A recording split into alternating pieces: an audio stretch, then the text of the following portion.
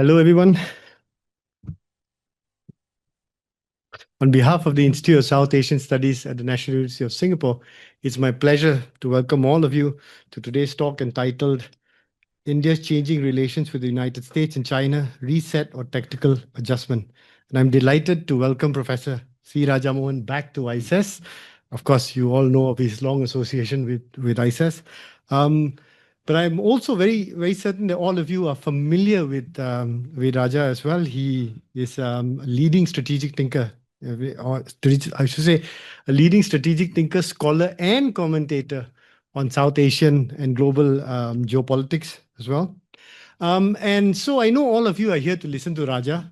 And so whatever I say will be wasting time in between me and in between you and listening to Raja. But formality demands I say something, so I'm going to be as brief as possible.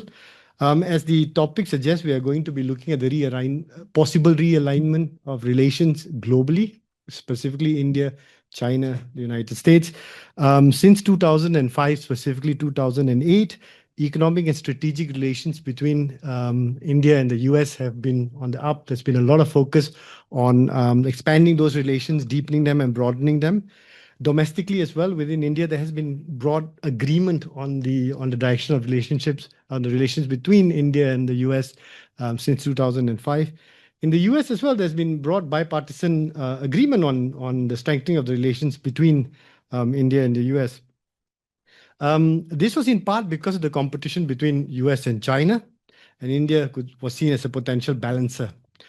Meanwhile, border clashes between India and China have complicated India-China relations.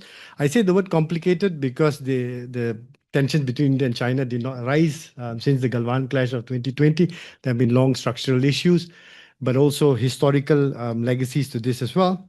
And a broader set of issues which encompass trade deficit, border tensions, and also competition for influence within South Asia and more broadly Asia itself. It's no surprise that India is not only interested in a multipolar world, but a multipolar Asia as well. But Trump 2.0 has shaken things up, as we all wake up to every morning with a new thing to think about.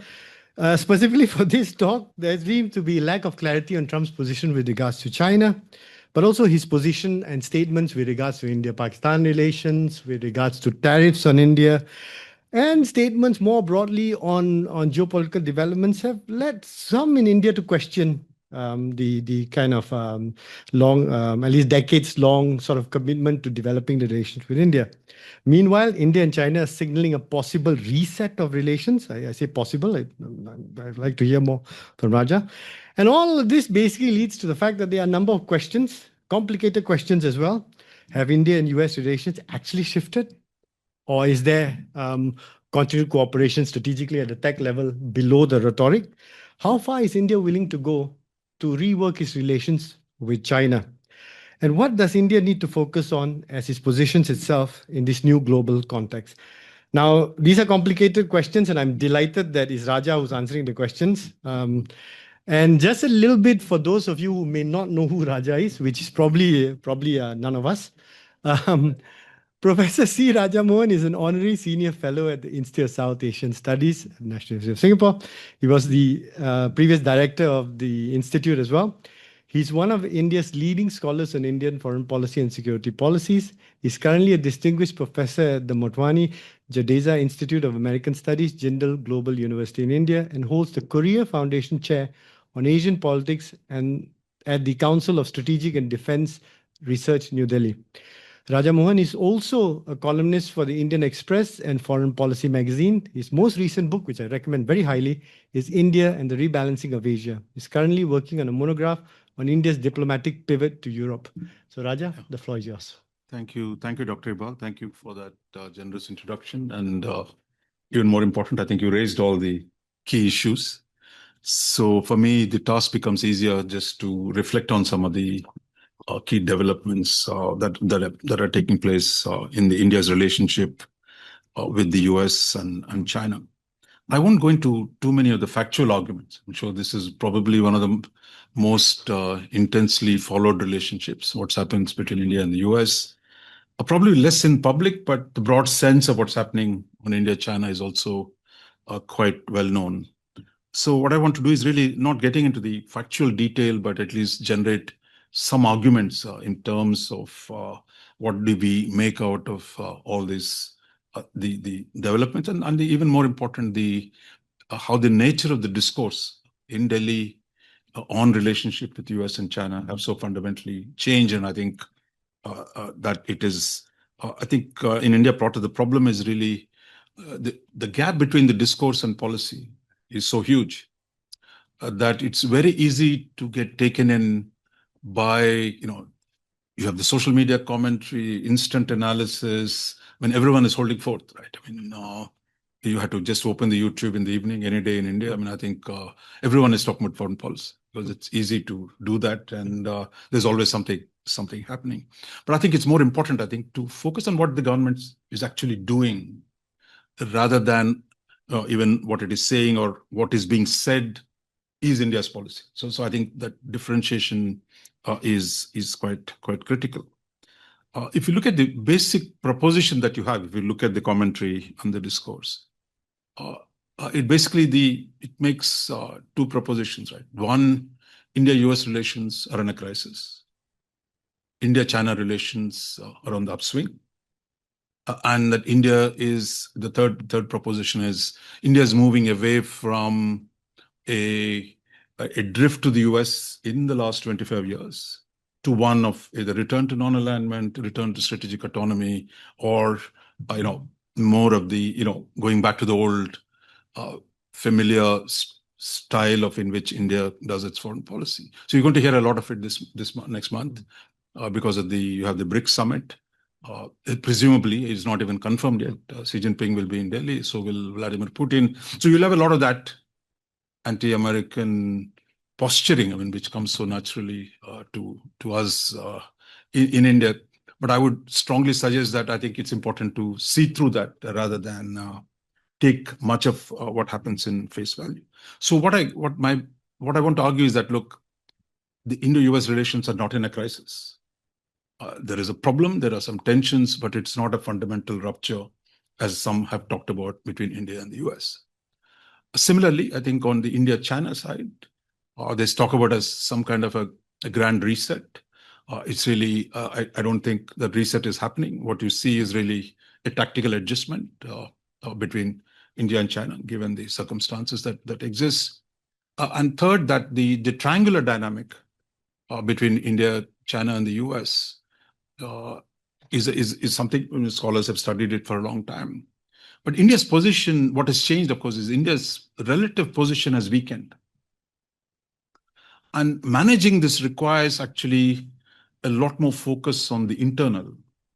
And that the answers, there's no diplomatic solution or a grand strategic solution focused on foreign policy to India's relative weakening in the so-called grand strategic triangle. And the answers are really what India does at home rather than what India does abroad.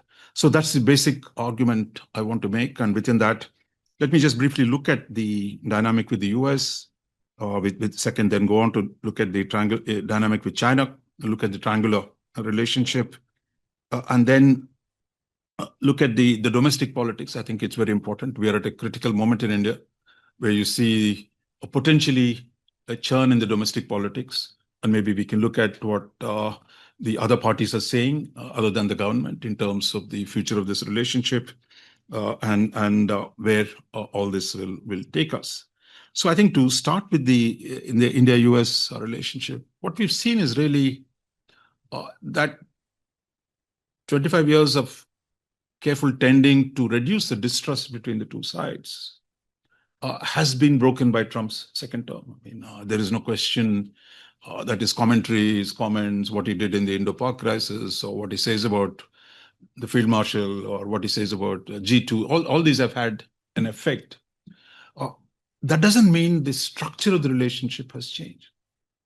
That is actually, if you look at the tariffs on trade, for example, India-US trade has actually grown last year. It's gone to about $240 billion in 2025. Presumably, it'll grow further this year. Second, If you look at what India has done, it has renewed the defense cooperation framework. The first one was signed in 2005, the second one in 2015, and the third one in 2025 on the margins of the, what is this called, ADMM plus that took place in this region. And fourth, I think, while the president has created all kinds of problems, you have actually India engaging with the, shall we say, the deep state or just the government. Doesn't have to be the deep state. You're basically talking to everybody else in the US who matter. This particular moment in the US, of course, the president has a lot of hegemony.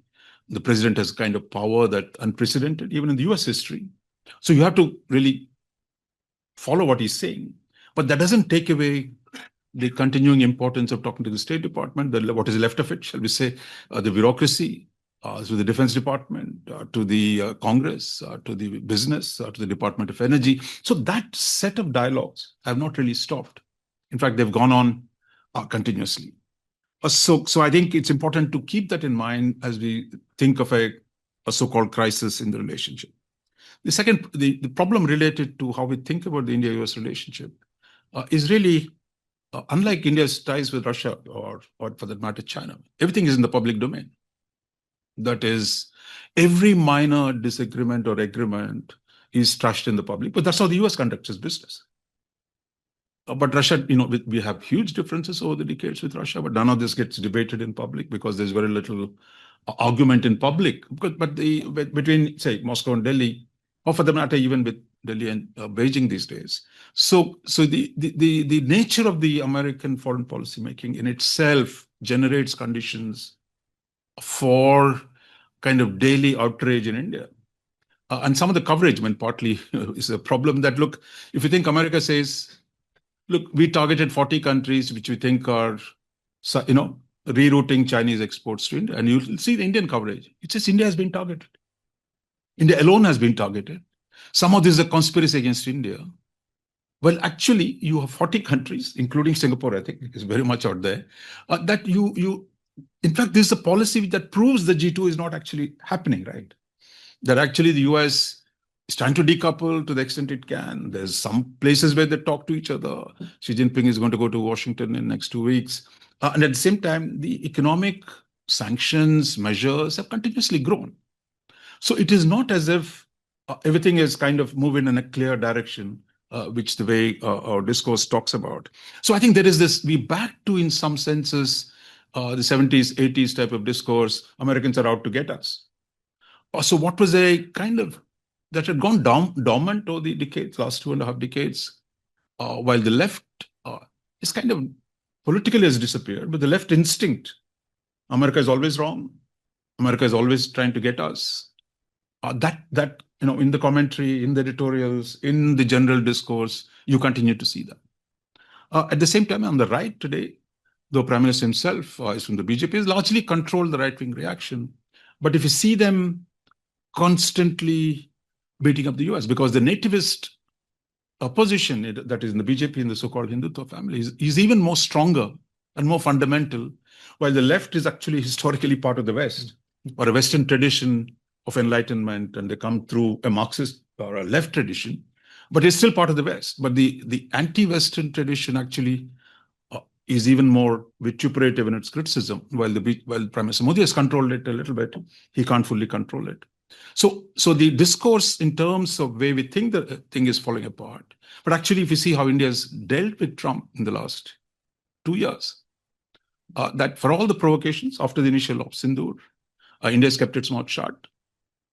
It's not easy for us. As you know, we can't keep quiet. We have to react, denounce, castigate every time somebody criticizes. But actually, India has largely kept its head down and negotiated the trade deal, which took quite some doing. Unfortunately, by the time we got to it, the Supreme Court in the US has changed the game. And now, we have actually an interim deal. They say 99% of the work is done, and someday it'll be signed. But the fact is, we often forget, this is the first time, maybe Amit Indu can confirm it, or first time India-US have actually a trade deal. We never had one. Despite growing trade, we never had an agreed trade relationship. And we tried it in the first term. Trump tried very hard to get a mini deal, what was called that time. didn't go very far because Delhi was not ready to negotiate. But one of the unintended consequences of Trump's tariffs has been actually India has gone out of the way to push its bureaucracy to actually negotiate a trade agreement with the US. So in that sense, actually, there's a significant positive change. Well, all the negative dimensions are still there in terms of what Trump is saying about Kashmir or Pakistan or China, those all exist. But I think the structure of the relationship today has essentially retained the core direction. And today, Sergio Gore's comments yesterday, Kashmir is part of India. I mean, everyone is thrilled that Americans are saying it. But, my view is different. But the fact that, is it signaling some kind of a reassurance to India that, look, US has not drifted towards Pakistan, or that everything is not, US is not totally, we love the dear field marshal. But then my own personal view is, look, why are we so jumpy at every time? Norway minister said something on Kashmir in Pakistan. Oh my God, how dare. Or if today Sergio Gore says something nice and everybody's thrilled. So I think, look, nobody's going to take away Kashmir. So this constant worry about what Americans might think or say about Kashmir, I think it's partly a political anxiety and insecurity. And it does not represent the real world situation out there. And anyone who says, in the old days, they used to say about Soviet Union, sorry for my indulgence, a joke. Someone was trying to kill Brezhnev in Soviet days. And the ex-KGB officer, and he misses the shot. So the KGB arrests him and says, look, how insulting this is. You're a KGB officer and you missed the bloody shot. So he said, look, I would have done a good job, but everyone wanted to pile on and say, I want to do it, I want to do it. So the crowd got to him. So the Americans have even run out of ammunition. The idea that Americans will come in and take away Kashmir and give it to freedom, I mean, it's really, you can't be paranoid. I mean, you have to be super paranoid to believe somehow what America says is going to change the ground situation fundamentally. So I would say that it's really overrated question. So I would say, if you look at economic, if you look at technology, India's joined the Pax Silica initiative. American investments continue in India. So therefore, the direction of the actual concrete relationship, I would say, is still there. Some things have not happened. Americans, one day they say there's Indo-Pacific, next day there's not. One day they do Quad Summit, then they say, look, they're not doing it. But Quad meetings are taking place. So if you look at what we have done in the last 25 years, all of that, except there's no summit, much of the rest of the work is actually going forward. So that's why the state of the India-US relationship.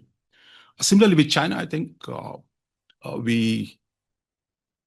things actually fell apart after we had four crises, 2013, 2014, 2017, 2020. And after the 2020 crisis, okay, India took several measures. There was no diplomatic contact for a long time. So there was only talks about the border situation. Now, what we see happening is really some of that is changing. For example, there is a political dialogue. There is some economic engagement. India has liberalized the visa regime for the businessmen. It has revised the Press Note 3 for lifting some of the restrictions that were imposed on Chinese investments. But does this amount to a fundamental reset? It does not. In fact, that compared to, we have two flights from Delhi and Bombay to China. If you compare that to Japan and China, which are having huge fights, I mean, hundreds of flights. I mean, to say that somehow this dramatic change is taking place, the scale of India doesn't do anything in a hurry, so we do everything incrementally. So 2 flights a week, or say 7 flights a week to Beijing, and a dialogue, and a reasonable stability on the border. More businessmen are coming. India is importing more from China. So the notion that this constitutes a fundamental change in India's approach to China, I think it's a completely mistaken one. It's a lot of times is what people want to see rather than what's actually happening. That doesn't mean India, as this large neighbor, you have to have a normal relationship. The 2020 sanctions could not have been continued. And therefore, you had to ease the situation. Because in the end, there's no escaping the fundamental goal of seeking a peaceful coexistence with China. Especially now, when Chinese economy is 4 times bigger than India's, Chinese military spending is 3 times larger than India's, the need to maintain a reasonable relationship should be one of the core elements of, is one of the core elements of India's strategy. But at the same time, the challenges from China have dramatically risen. As I said, on the trade, $150 billion trade, $110 billion deficit. You have border situation for all the agreements that were made in October 2024. Tensions continue, that you saw last few days in Arunachal Pradesh. There's some issues out there. China's support to Pakistan in the Op Sindhu. So for all the talk about Trump and what Trump does with Pakistan, what China is doing with Pakistan is far more consequential. And in a sense, the joint production of weapons, today, whether it is the frigates, whether it is the JF-17 or increasingly missiles, the scale and the intensity of integration of China-Pakistan defense infrastructure is quite serious. So anyone who's operationally planning, I mean, you can't equate that with what Trump has said or not. So in a way, what China has done with our neighbors, including with Pakistan, is far more consequential. And then the Chinese presence in the Indian Ocean, its growing impact and influence. So all this put, as China rises, as China has risen, China's influence in India's neighborhood grows, its effect on Indian economy grows. If you ask me, what is the single most important challenge that India faces? It is Chinese power. How to deal with it? It's not that you can simply reject it or ignore it, but the fact is that is the core fundamental change that has taken place in India's strategic environment. So therefore, dealing with that is the principal question. Now, I, for one, as a realist, I would say any answer that you might come up with this question would involve, at least in some part, a partnership with the United States. The idea that India can balance China on its own doesn't exist. That the scale or the gap between the comprehensive national power of India and China has grown so much, India will need partnerships, alliances, coalitions, notwithstanding the allergy to the word alliance, that you need to build partnerships with others to be able to balance the Chinese power, whether it's an economic domain, technological domain, or other. That doesn't mean you want to provoke a war. That doesn't mean you're going to pick a fight. What it does mean is closing the gap. I mean, going back to any original ideas of statecraft involves building accretion of power through other parts. So that's the center now.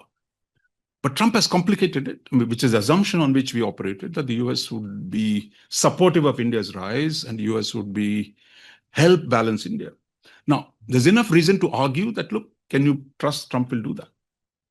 So that's where the complication comes. And I think over the last 1 year, we saw Modi's picture of shaking hands with Xi Jinping and Putin, that you go and, so essentially drawing attention that, look, we have other options.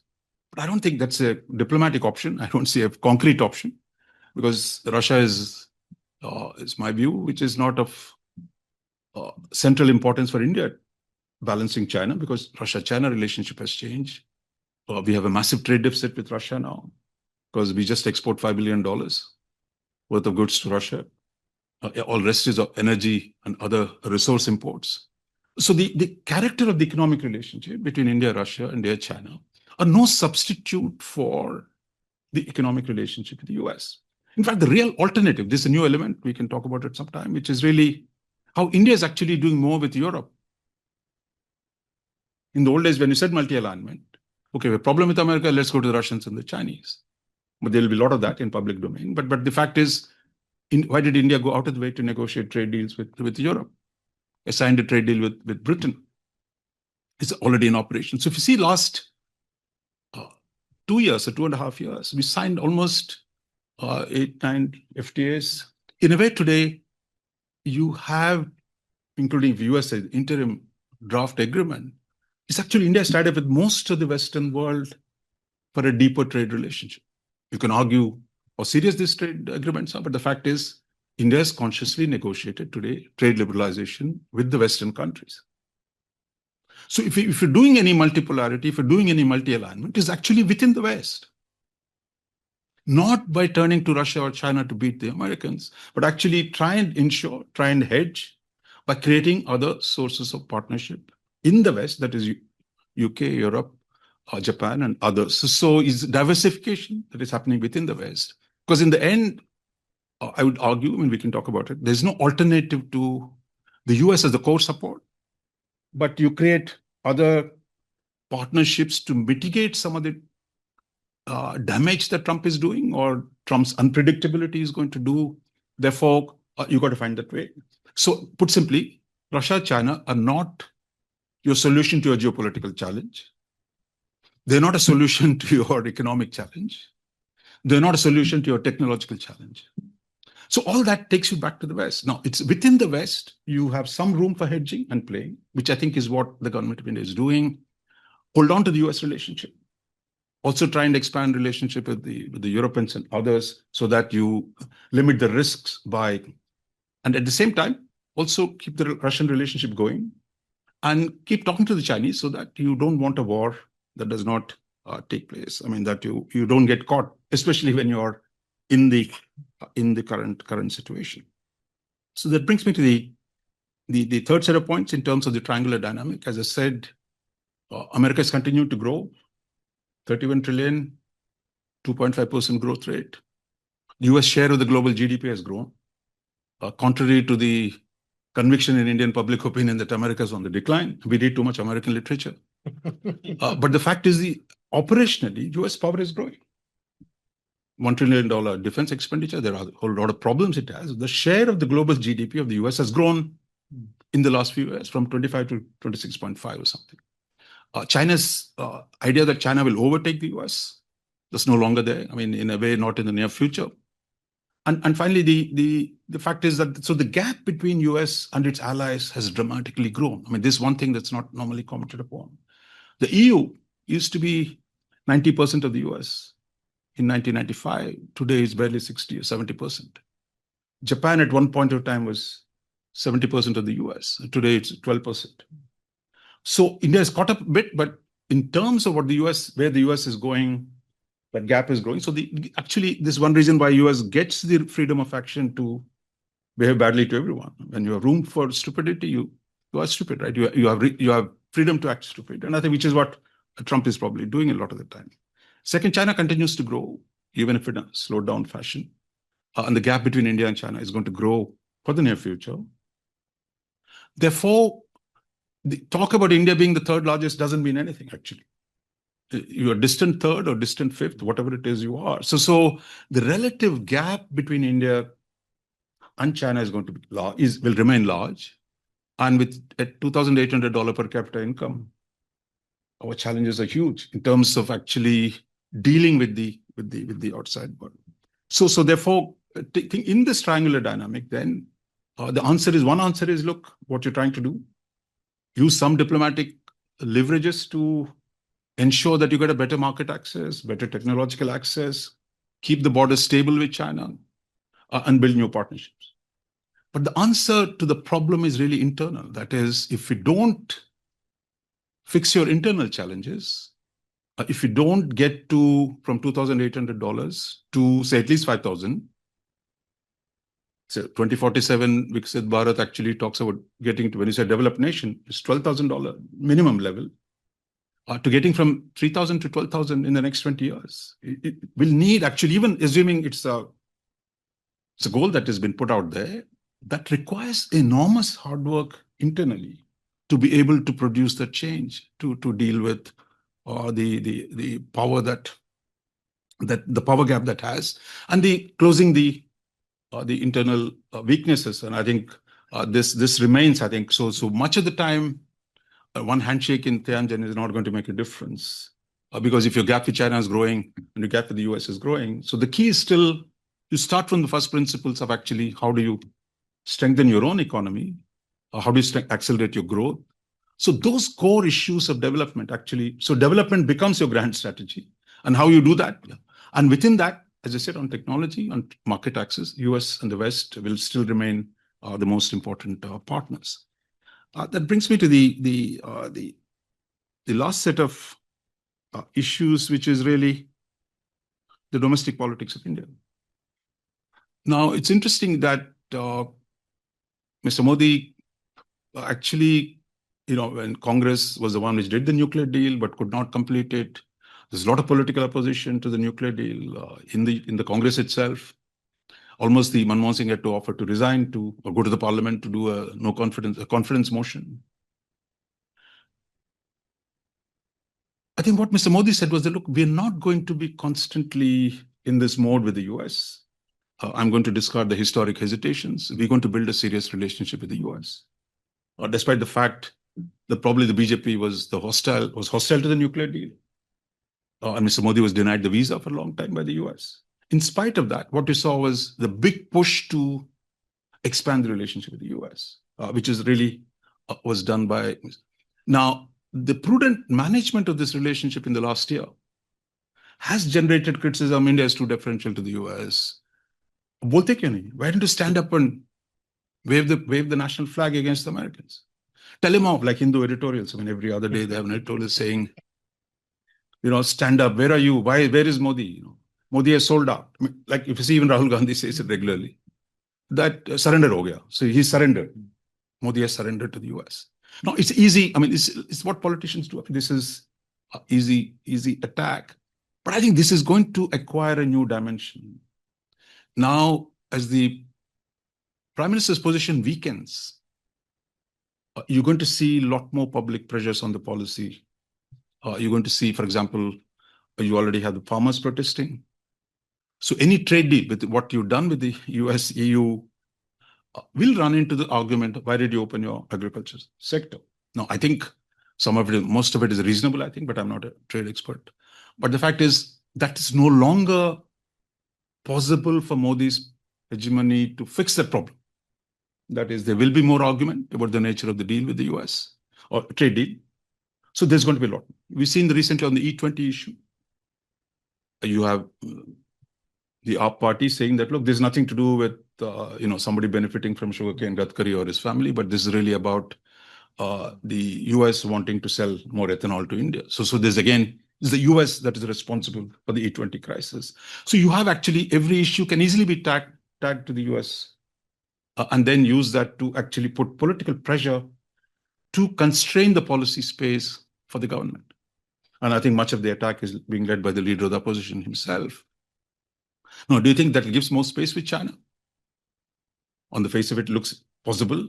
But then Mr. Rahul Gandhi's attacks on the China policy are even harder. He's accused the government of keeping the nation in the dark about what's happening on the border, that Modi has not stood up to the Chinese. So it's actually, so the notion that because the US is a domestic political problem doesn't mean you have a China option waiting for you to take. Because the border situation is pretty grim. And therefore, this notion that you could simply switch from China to the US, I mean, that option doesn't exist, even in a domestic political sense. So that takes you back, I think, that the difficulty, whether it is your economics with $100 billion exports to the US, or whatever you do, protecting that export market becomes critical for your economy. Second, as we said, look, your diaspora, your family and Indians there, their interests. I mean, every Indian engineer wants to go to the US or thinks he has a right to go to the US, take his wife, kids, everyone gets a green card and live happily ever after. Now, you have a large constituencies which actually have today structurally developed affinity to the US. And the idea that you can simply throw all this away just because a bunch of editorial writers don't like what the US is saying, what Trump is saying, I think that's not the way real stuff works. And similarly, I think Russia, everyone loves Russia, but what Russia can do for India, a $2.5 trillion GDP, locked in a war, remains uncertain. And therefore, my sense is the core of the policy of the last 25 years, which is strengthen ties with the US, expand it to cover the West, and manage a reasonable relationship with China while holding on to what you have with the Russians, right? I mean, if that was the policy of the last 25 years, I don't see how that policy is actually changing. But the tonality, the public argumentation, a lot of that could change, but the direction, I think, will remain largely the same. So I would say that the relationship with the US is not a rupture. The relationship with China is not to see a new dawn, nor does the domestic political space push Mr. Modi in one particular direction. And all this will lead you to the core challenge for India, which is internal development, the need to accelerate growth, the need to do all the usual from getting more foreign direct investment or getting more, improving your business environment. Those become the key objectives. And my sense is whether that can be done or not is a different story, but this is more the economists can talk about it. I'll stop here. Thank you. Thank you, Raja, for the stimulating talk, and you've raised a number of points that I'm sure have made us all think, and there'll be questions, maybe debates as well. So before I open the floor, maybe I just take the fact that I have the mic to ask a question. You referred to two of the unilateral and plurilateral institutions or organizations that a lot of questions have risen about the Quad and BRICS. And both of these pose an interesting challenge and questions raise important questions for India. The Quad, of course, seems there's a lack of clarity how Trump feels about the Quad, but also how his advisors feel about the Quad as well. On one hand, it seems like there is more interest in turning the Quad into a sort of a military alliance. India, of course, is not keen on that, but yet India wants to keep the US engaged in this region as well. So on one hand, how does India feel about the future of the Quad? And on the other hand, how does India feel about the future of BRICS? Which also poses an interesting dilemma. India does not want to be out of BRICS, to leave it to China, but on the other hand, it doesn't want it to become an anti-US sort of a body as well. And now it's hosting BRICS. So what sort of agenda do we see coming out of that? I think it's really one of the most interesting aspects. I think this was so much of the public discourse gets focused on this BRICS and the Quad business, and next month you're going to see outpouring of this BRICS stuff. See, to put it very clear, I mean, sharply, I mean, BRICS is a talking shop. Quad is where actually you're trying to build partnerships, but it's run into problems. That's where we are. So you can say in the BRICS, India's role has been one of tempering it from becoming too anti-American. So you can call it, I don't know, business language, poison pill, or whatever it is. You can see occasionally the Chinese commentary talking about looking at India, always dampening BRICS enthusiasm for de-dollarization, for changing the world, and let's take on the Americans. The Iranians now, they love that. So now I think it's India that is, UAE or a whole lot of other countries that don't want to support that kind of an agenda. So this idea that, look, BRICS is going to the great white, great brown, whatever you want to put it, to create a new post-American order. I mean, that is not there. I think, as I said, look, your trade orientation is entirely with the West. Your investments come from the West. Your technology comes from the West. So this notion we're going to, tie hands with China, Russia, and go around the tree and say, look, here we are to make a new world. I mean, it's nice rhetoric. Everyone loves it. I don't think government takes it seriously. But there is a posturing to essentially tell the Americans, look, it's not we don't lack options. So when Modi goes to Tianjin, shake hands, say, look, you can talk about trade in national currencies. You can talk about some way of blunting some of the offenses, but it doesn't fundamentally affect your economic strategy. So there, I think, so if you focus on the first principles of economy, US and Quad and the EU are far more important than what BRICS can do for us. So it's more of a diplomatic instrument to occasionally signal things to the Americans rather than the core aspect of your strategy. I mean, India is the only country in the BRICS that doesn't support Belt and Road Initiative. Or every time they have to mention Belt and Road in Shanghai Cooperation Organization, you mention all the other members, except India, who welcome it, who think it's great. So the contradictions between India and China are so severe. The notion, there's been a historic problem for India-China relationship. Somehow, despite your bilateral differences, you can work together on the global stage. I mean, in fact, you go back to 1927 when Nehru led the Indian National Congress delegation to Anti-Imperialist Congress in Brussels. The Chinese had sent a delegation. They had actually a joint statement that was read out in this Congress saying India, China will come together to change the world. That core idea that somehow we're going to work together to change the world. But the reality of the last 100 years is every time we end up on the opposite sides. 1927, we said we're going to fight against imperialism. India wanted to fight the Brits. When the Second World War came, the Chinese were fighting the Japs. You can come together. Chiang Kai-shek came to Calcutta to meet Gandhi and said, look, let's work together. You just couldn't do it. So this is a reality on the ground. Your territorial dispute, the questions of Tibet. So this notion, those can be swept under the carpet. And that shared anti-Western agenda can be the one driving us forward. There's been a great illusion, but it hasn't worked. And my sense is the BRICS is only going to prove that fundamental reality. The Quad, I think, India's core interest is to keep it alive at this point. Make sure it's not dead. So you're working at the ministerial level to do things. The Americans wanted some reform, so you reduced a lot of the agenda. I think under Biden, it had almost become like a NGO, doing all nice things to the world, where, social service, vaccines, and that kind of stuff. From that, I think Trump administration wants to make it a little more focused on a few things, maritime domain awareness. So India says, look, we don't want to do security there, but I think what you're doing is actually security. I mean, the maritime domain awareness, underwater collaboration, this intelligence stuff. You can't say it, but you do more things on defense and security rather than frame it as a security coalition. I don't think at this point, America is not offering security to anyone. So the argument is not whether it's a military alliance or not. Look at what's happened in Korea last 2 days.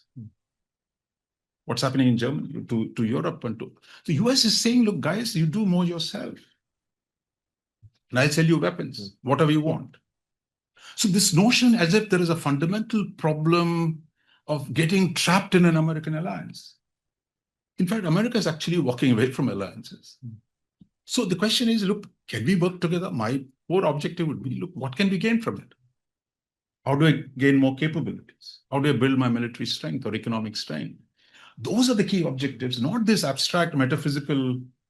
This can be very good at it in that. It's alliances, militarization, strategic autonomy, independent. I mean, all this stuff doesn't ask the core question of what does it do for you? What can you gain on it? But if you frame it like that, I think it was never the ultimate deliverer of liberation for India, nor is it its collapse is going to, So keep it alive, see where it goes, rather than, simply in or out type of situation. My sense is things will happen.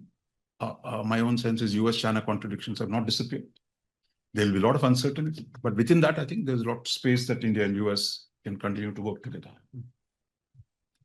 So the floor is open for questions. I'll go with whichever hand I see first. I'm Ronojoy, I saw your hand go up first. Yeah, thanks, Raja, for your comments. You ended it with, some, noting the domestic sort of politics situation. My quick question is, does the criticism of, the Congress or Rahul Gandhi, really matter? Given the almost hegemony that the dominance that the BJP enjoyed, you were referring to 2008. That was a coalition government, right, where you actually had debates in Parliament. Parliament has largely been bypassed over the last decade, decade and a half. So that's the quick question, and and just as kind of rider, you did mention a churn in Indian politics, in your the remarks prefacing your comments. The churn, I guess, I don't know, you're possibly referring to the youth movement, or maybe I'm wrong.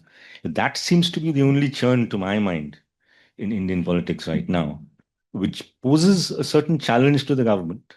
But it's very much inward focus, right? It's talking about the shambolic state of education, the dim prospects for jobs. So I don't think it really has any impact on foreign policy thinking. So in a sense, I don't see kind of the settled structures in the sort of political party system, in the polity, really having fundamentally changed over the last. Shall we take two questions? Yeah. Ravi? Yeah, thank you. Raj, could you spend a couple of minutes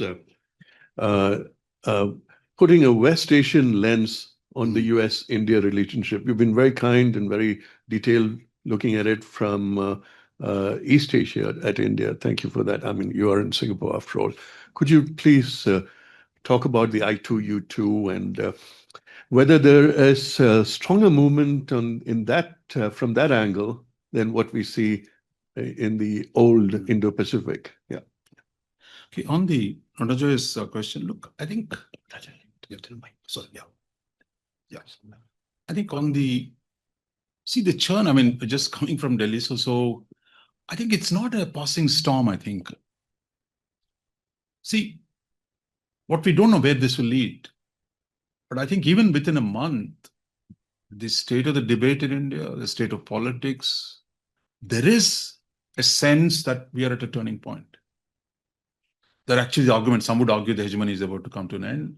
But just 1 month ago, everyone believed there's no question of any challenge, any dissent, any argument. So from that, you come to a point where Rahul Gandhi is saying, okay, few more days for Modi, Amit Shah should resign. Or see, so these are arguments, but whether it will actually lead to a denouement in the next 2 years or something will happen in the interim elections, we don't know. But I think there is an inflection point, I think, in the politics. This hegemony is not unchallenged and that there is a new discourse. Now, that's all we know, right? Empirically, that's where we are. Whether this have an effect on foreign policy, I mean, for example, the farmers have already been mobilized, sitting at the Delhi's gates. And they're saying US trade deal is a big problem. India's government has sold out the interest of the... So you see, once you start mobilizing constituencies, once you start putting pressure on the government, I think the government can't say, look, dismiss every one of these. So I think we don't know how this pressure will build up. We don't know what happens in the elections in UP. The next 6 months, there are many elections. So I think, so all I'm saying is, until now, whatever Rahul Gandhi said on India's-America relationship, whatever the critics said about India, selling out to the Americans, didn't have political effect. But today, in the churn, it might have an effect. That's all I'm saying. So that would come into play at some point. As you know that, look, mandates can change very quickly. Politics in India, in any country, you saw, who would have thought Keir Starmer would go in 2 years after getting a 2/3 majority in UK. So things happen, and I think my sense is whether it'll happen or not is a different story. But I think we are at a point where people are willing to throw everything at the sink, including the sink at the government. So if you think US is a convenient target, attack the US. If China, like Rahul Gandhi says, on one day is attacking US, next day is attacking China policy, saying you sold out. So I think the foreign policy, the Modi government had a relative freedom of action, fairly significant freedom of action. Unlike if you compare to Manmohan Singh government, if you compare to Narasimha Rao government, if you compare to Vajpayee government, because he had a majority in the parliament, he had the dominance in terms of the argument. That is shaking. So we don't know how this will play out. That's all I was saying. Second, I think to Ravi's, I think it's a very good question. Provided we know what American policy is on West Asia at this point. See, if you look at the Biden administration, okay, since October 2023, there's been an effort to, strengthening Israel vis-a-vis, the terrorism challenge. And this man comes, the Trump's policy has shown very interesting, contradictions. On the one hand, he's got the UN Security Council to pass a resolution on Gaza. Russians and the Chinese went to the bathroom. All the 11 countries unanimously voted for it, including all the Muslim and Arab countries. For a government that is being accused of part of the genocide, complicit in the genocide, UN Security Council told Trump, my hero, you are responsible, you take charge of Gaza peace. That's what the resolution says. 2-year mandate. So in a way, actually, the American power in the Gulf has dramatically grown. This is not the Desert Storm operation. The whole coalition has been built. All Europeans are participating, 6 Arab countries. America single-handedly sitting there in the Persian Gulf. Whether it is successful in moving the ships or not, the fact is, it's a solo operation that's going on. So in that sense, American power is gone. Now, how does it compute for us? I think there are 2 levels of complication. One was the so-called mediation by Pakistan, which I think gets a lot of attention. But my own sense is whether it's the mediation or Trump's support for the so-called Mecca Accord, I don't think it operationally consequential. Qatar was also mediating. One day, thanks Oman for mediating. Next day, I'm going to bomb Oman. So in a way, all these are, sideshow to the real story, still American power, what it is doing to the equations within the Gulf. Because for the Gulf Arabs, I don't think they're delusional to think a pact with Turkey and Pakistan is going to save them from Iran or somebody else. So the Americans are the only game in town. Russians are not a player they were before. Chinese are not yet there. They do business, but they're not into security. So in that sense, what the US does in the region remains the core thing. Now, within that, the affection being shown to Pakistan, I think we should ignore it. India should ignore it rather than make it some kind of a central thing. Second, consequential thing for India is the changing nature of Israel-US relationship.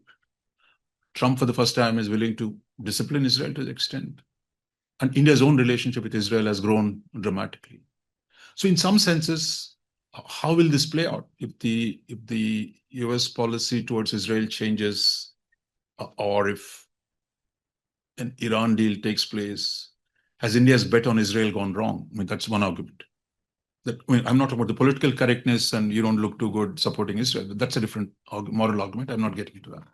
All I'm saying is India made a bet. Prime Minister Modi went to Israel, supported Israel on terrorism issue. So in a way, you made a bet on Israel. And my sense is that bet will endure whether Netanyahu is here or goes. Because you saw the whole parliament, he spoke in the parliament.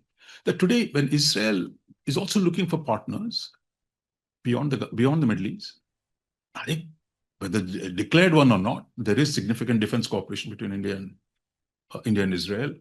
Whether it can be turned into something more consequential, we don't know. But there is a strong link there today. Israel is a powerful actor in terms of India's long-term technology strategic game. Second, UAE. Again, India is bet on the UAE.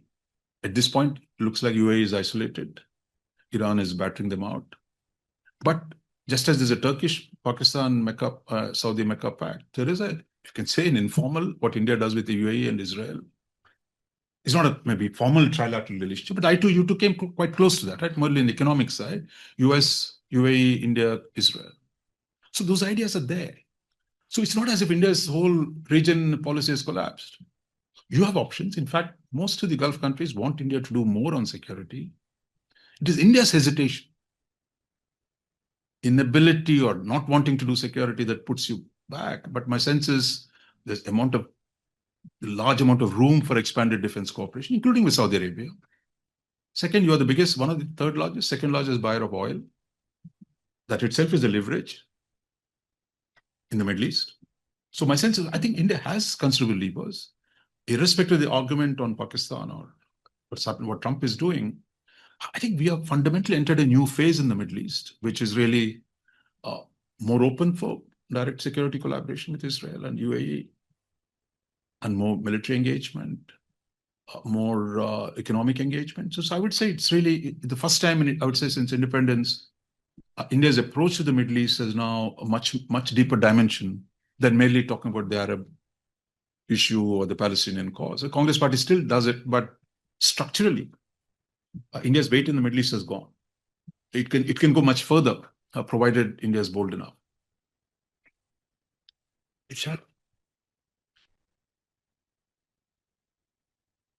Thank you. Thank you for sharing that. There's a lot of been talks on the media about likening the CJP protests to that of the Arab Spring, and that being Arab Spring light.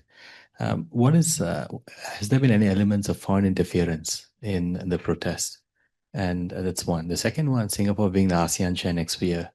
What do you see the role of ASEAN and ASEAN chairmanship of ASEAN next year? What do you see the role of Singapore, ASEAN vis-a-vis what's happening with India and US, China? Can I take two more questions? I saw some hands on this side. I think it was Sandeep and then Ivan. I think so. Sandeep and then Ivan. Ivan, you go. With Chair's permission, can I ask two questions? Thank you. As always, it's very illuminating. Two questions I have. One is, this argument is something that we've been discussing for a very long time. The fundamental argument of that because of the balance of power, it makes sense for India to look for a closer relationship with the United States. And that has been the basis of the strategic partnership for the last 20 years. And although, as you said, it has been moving in certain direction, 20 years has been a very long courtship, and it has not sealed the deal, right? Like the real, whatever the threshold is, has not been crossed. given the fact that the governments have changed, given the fact that there's been so much generational churn in the national security establishment, why do you think that resistance persists in New Delhi? What is the counter argument? Is there a structural reason why India resists this alliance or strategic partnership with US? What is the resistance beyond just that, oh, Indians just don't think outside the box or something like that? And the second question, and give me a little bit of rope here, it's a little convoluted question I have, which is G2 happens, and the reaction in India is sort of with certain degree of apprehension and anxiety, right? The idea that these two countries, which have two most powerful countries, are actually lowering tensions is somehow inimical to Indian interests. And I think of, say, Nehruvian period, where India is actually very deeply invested in trying to bring the two biggest powers to lower tensions in the world, right? What has changed in India's position in the world or its foreign policy approach that something like a summit between two great hostile powers and lowering of tensions in the world is seen with more apprehensions today than rather earlier when actually India is playing a role in actually bringing those two together? Right. So what has changed fundamentally in that? Well, thank you for a very fascinating presentation. I also asked two questions with the chair's permission, following Sandeep's example. My first question is about Indian lobbying in the US. Because there is Indian lobbying in the US, because there is obviously a huge diaspora in the US, but everything that we saw in the last 1 year probably indicates that if there is an Indian lobby, it's definitely not very strong. So in a certain sense, I mean, there is a big difference between having a big diaspora and a lobby there. So to what an extent do you think India can actually mobilize its diaspora in the US in order to exert actual influence in American policy making, as quite a few other countries do? And my second question is, I think that there has been a certain change in US thinking in the last 3, 4, 5 years on the relationship with India. I'm sure you know this famous article that Ashley Tellis published on US's bad bet on India. So how do you think this is going to affect the relationship on the US side? Because I think that there are substantial changes, and I get them also from conversations with US friends. In many ways, what used to be seen as a very potential alliance now is seen more as a partnership. And of course, one can argue that this is just a difference in terminology, but does it have policy implications? Thank you. I think on the CJP, look, I think you should ask, Ronojoy is gone. You talk someone who does domestic politics. But as a general rule, look, I don't buy this foreign hand argument. Is no analytically, it's not much of help. That doesn't mean there are no foreign hands. But as a way of understanding, no, it's most of the time is a part of the political discourse rather than an informed thing. So that's on the CJP. But I think on the whole question of where this movement go, we don't know it. So, but I would say, look, those who followed what's happened in Bangladesh, Nepal, in Indonesia, so many places. So there is a churn that is going on, but the younger people. So I think this is going to be, I think, since you're all academics, I mean, there's a lot of project money in this. I think for those who are willing to hunt for it, that actually don't keep on this side. Yes, we are trying. Is this a major social transformation that is happening in South Asia that we don't have to compare to Arab Spring, but in our own the subcontinent? I think we are in the Institute of South Asian Studies. I think this is a really both comparative study, individual sources, what is driving these people. So I think it's actually a crucial moment. I think we've always talked about demography and destiny, but I think it's an interesting way.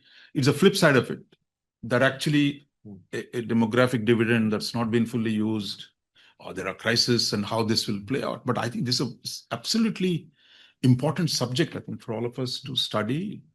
Even now, say even last 1 month, I would say a lot of PhDs are going to be written on it. So it's a good subject, I think, to follow for all of us to think about the future of Indian politics, of where this is going in terms of the new generation, what are its ideals or preferred ideologies. I think all that will be a few of yours. ASEAN, you see, look, I think we have the ministers here, right, in Singapore. We have a ministerial roundtable going on. They're trying to craft a new agenda more on advanced manufacturing, semiconductors, trade. So I think there's a lot, again, I think, which India has to do, which is India's trade has grown $150 billion, I think, now, India-ASEAN trade. Sandeep has maybe latest figures, but China has 1 trillion. So the scale, I think we need to scale up. But unfortunately, the way the RCEP has played out, which is really, we have a competing element problem, but within the constraints, what is it? How do we expand trade and economic relationship and military? Again, I would say one BrahMos doesn't make India an exporter, but the fact is, if you see what's happening in India today, the rise of the new startup system, the growing, dynamism of these small, even limited reforms has produced a fairly significant private sector production of weapons. A lot of them eventually can, if they're scaled up, like on the space, for example, the sky route. I don't know if somebody told me people are interested in investing it in Singapore and ASEAN. So there are actually interesting possibilities where you've got to leverage those capabilities to see how we can advance this relationship. Because I think in India, sometimes we tend to get too self-referential. We, talking about ourselves most of the time, but go back to basic numbers. Our trade is not great. So how do I boost the trade relationship? How do I boost the security relationship? These, I think, is where we should concentrate and do. On G2, I think what said is interesting. Look, in 1950s, Nehru was saying, look, Russians and Americans must sit down and bring global peace, right? He went on even after the first non-aligned summit in Yugoslavia, we tried to, a lot of people thought it was a foolish venture, but the fact is you tried to bring, by the 70s, actually, when Russia and US come together, Soviet Union and the US, then the whole, oh my God, this is dangerous. So India becomes more like a conservative, not from this idealist argument of the 50s to one, if Soviet Union is going to be closer to the US, what does it mean for India's special relationship with Soviet? So there are many parallels. So those who worry about G2 today, it's exactly the same arguments. It's bad for us, Russians are selling out, and you had enough communists that time. One faction of the communist parties was saying, Russians, Communist Party of Soviet Union sold out to the Americans. China's Communist Party is the only one that matters. So you have actually the fear, and that it is not, completely unreasonable. But on NPT, the Russians were as demanding as the Americans were. So on the non-proliferation question, US and Russia were on the same side. We were the outsiders. Similarly, today on AI, if US and China start negotiating, and if you're not in the game, they're going to impose rules. So this way, again, I think it takes you back, your internal capability. Are you willing to be in the player, or merely always complaining, look at them, what they're doing? I find this is the problem. The discourse is always mourning, there's always this sense of calamity, doom, oh my God, how bad this is going to be. But the fact is, very few say, look, what is it India should do? So I think that's where the problem is. But the discourse is policy. I think if you remove that conflation, I'm not really, worried about what arguments people are making. I would go and see, look, has India moved between 2001 to 2025 to a different place with the US? Empirics say yes. Forget the theory and the discourse. So the fact is, India moved. India does more defense cooperation with the US today than it ever was possible. India joins multilateral groups with the US, which were considered a taboo. I2U2, Ravi mentioned. You are in the Mineral Security Partnership. You are in the Pax Silica now. You are in Quad. You are in GPI, Global Partnership on Artificial Intelligence. So this notion India doesn't participate in American-led plurilateral organizations. There's no basis for it empirically, but if you think of the discourse, you think it's still the same India. It's not the same India. That India today does a lot more things with the US, with less inhibition than before. That doesn't mean, okay, but if we take only, is it a security partner or an ally? That brings me to the next question, which is really, look, I said US policy itself is changing. Now, you can't control American approach to the world. If that is changing, the question for me is, how do I adapt to it? Not constantly saying, oh my God, look at this, Americans are changing, Americans are not reliable. Who is reliable? Is India reliable? That's the question you mentioned. So I think at any given point, the argument should be, what are my convergences? How do I take advantage of it? How do I build myself up? Those are the core questions, not, okay, some Derek Grossman is saying, look, Americans no longer think India is a partner. Look, people are saying America is unreliable. The Americans say, okay, one section says, look, India is no longer. That's okay, but that doesn't change for a policymaker in Delhi. What is it? Am I doing a trade deal? I am. Am I doing defense with the US? I am. Am I collaborating with them on some regional security issues? I am. So I think we tend to get constantly, sidetracked by this macro argument, which is what all of us academics do, which is really constantly focusing on the big picture. But if you look at empirically, look, you've got to deal with what you have. So that's the reality. And I think not we're saying whether we are an ally or not an ally, or a partner or ally. This is semantics. In the end, just as Soviet Union, I remember the same thing with Gorbachev. When Gorbachev came to Delhi in 85, I mean, Delhi was in a, oh my God, look at him. He's walking out of Afghanistan. He's a bloody, what do you call a traitor in communist lingo? He's a renegade. He sold out the communism. He's making up with the Americans. He's making up with the Chinese. But the big question when Gorbachev came, a first planted question in the press conference was, look, is Russia improving ties with China at the expense of India? The point is, if you're an analyst, you would say, yes, they are. It doesn't matter your expense or not. That if Russia's internal policy has changed, he's going to change his policy externally. Similarly, today, Russia needs China, China needs Russia, they're getting along. So it's not a question of you wanting them to be in a particular way. So for you is, if you look at last 100 years, the relationship between US, China, Russia have kept changing in the last 100 years. US and in the Soviet Revolution, Americans sent troops to undermine the Soviet Revolution.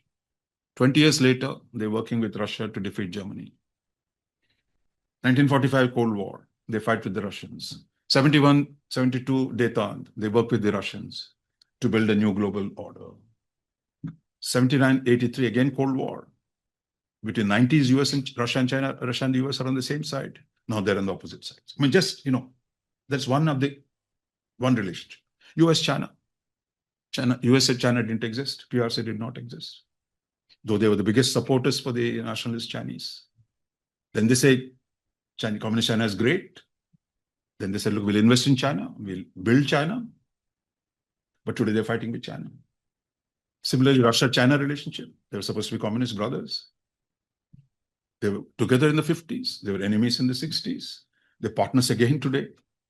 So I think you got to expect, if you're sitting in South Bloc and saying, look, the great powers change their relationship to each other. So it's not my task saying what is the right one. Your task is, if they're changing, how do I navigate this? And I think that is the question that doesn't get asked.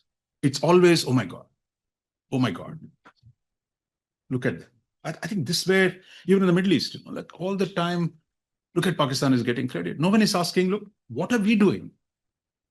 What are your opportunities in the Gulf? I think this where the discourse has become part of the problem in understanding even our options and our strategies. So this mythical non-alignment, strategic autonomy tend to, confuse us even further, but we love self-confusion then more than anybody else, I think.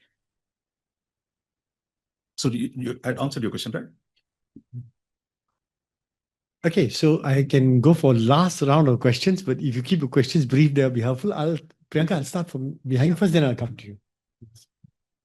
Thank you. Thank you for the great session. I'm glad I came. I'm myself Paritosh. I have very quick two small questions. First one is about the recent Raisina dialogue which happened in March in Delhi. So US Deputy Secretary of State Christopher Landau said that we can't do the same mistake what we did with problem.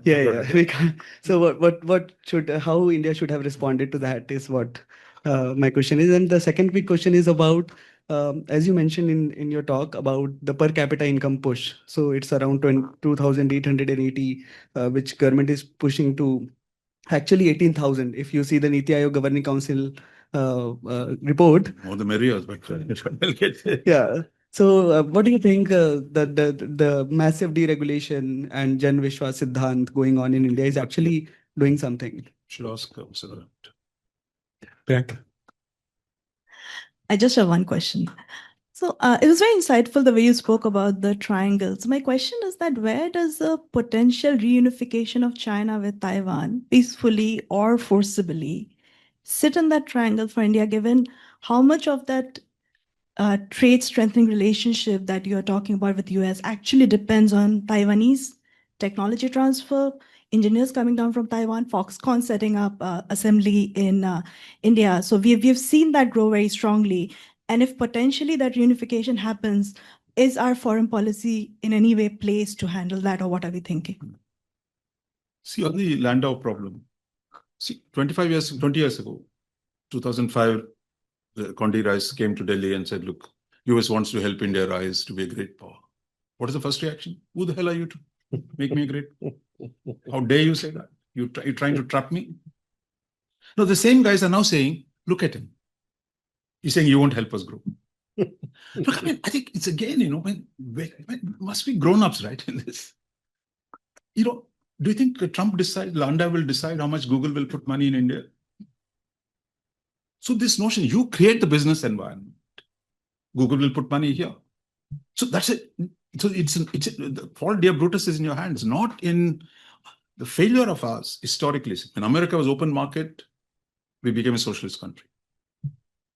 Now, when you're trying to open up, Chinese have already cornered the market. Now you have so if someone in the US feels, look, they gave a free run to the Chinese and Chinese have become a problem, and we're not going to let it happen a second time. I think you can understand that argument. That doesn't mean Landau is going to sit as the Deputy Secretary of State is going to stop investments from coming in. He can't. But you've got to, it's just a reflection of a particular sentiment. But I think we, again, we constantly react to what others say, rather than saying, what is your strategy? If you want to get to 18,000, forget 12,000. What should be a strategy? Can you do that without American capital? So the notion is not what Americans will do for us. Question is, how do I create conditions for foreign direct investment to come to India and grow? That is your key question. It doesn't matter what this guy says. Look, this guy is there for 2 years. He'll find another job in some corporate lobbying firm. They'll come and go. So that's not the point. So what is your strategy, rather than react to every statement? On the Taiwan question, look, for a long time we thought Taiwan is not a problem. I think now they know if Taiwan goes, next Himalayas are the next pressure point. As simple as that. But if you look at Chinese listed core issues, Taiwan and Tibet, right? I mean, that if Taiwan is over, then you're in a dramatically different situation on the border. But I don't think we are there yet. There is greater awareness today. Taiwan was always open for business. China was doing business with Taiwan, but India's one China policy did not do business with Taiwan. So the 30 years, 91, 92, we started engaging them, but it really still was very slow. It's only in the last 5 years, again, one of the successes of Modi government has been drawing the Foxconn and then getting the semiconductor mission, what the Tatas are doing with what's the name of the company, PSMC or something. So I think, but they're out there to be taken, to engage them. But it's only now we're doing a little bit of that. But they were always open for collaboration. For them also, then for the Taiwanese, the question becomes, again, the business environment. How easy it is to do business. So that takes you back. The problem is at home, not in the grand strategic domain. Finally, I would say sorry, I didn't answer your lobby question. Yeah. Look at Israeli lobby. The greatest, most powerful. Where are they today? America's changed that. You see the latest report that support for Israel in the US has declined, and the younger people has declined, precipitously declined. So lobbying can do some things for you. If you have a good product, like in any good advertising campaign, you have a good product, you can sell it. But you can't sell it against the interests of their own people. So I would say, I think the lobby is still there, I would think. It is still influential. You can see the coming elections. You see how much money Indians are donating. You'll get a sense. It's not as if Indian diaspora has no influence. They're also more divided today than they were before. If you go back to the nuclear deal, I think the diaspora played a big role in getting US Congress support the deal. And my sense is it will have an effect. But I think we shouldn't over-interpret the value of the diaspora or of the lobby. The question finally, it still comes back to the core policies that you have. We don't need to convince Google to invest in India or the American business to invest in India. If you have the right environment, they'll come. You don't need to do any lobbying. But in terms of the political management, where you run into problem is on the Russia question.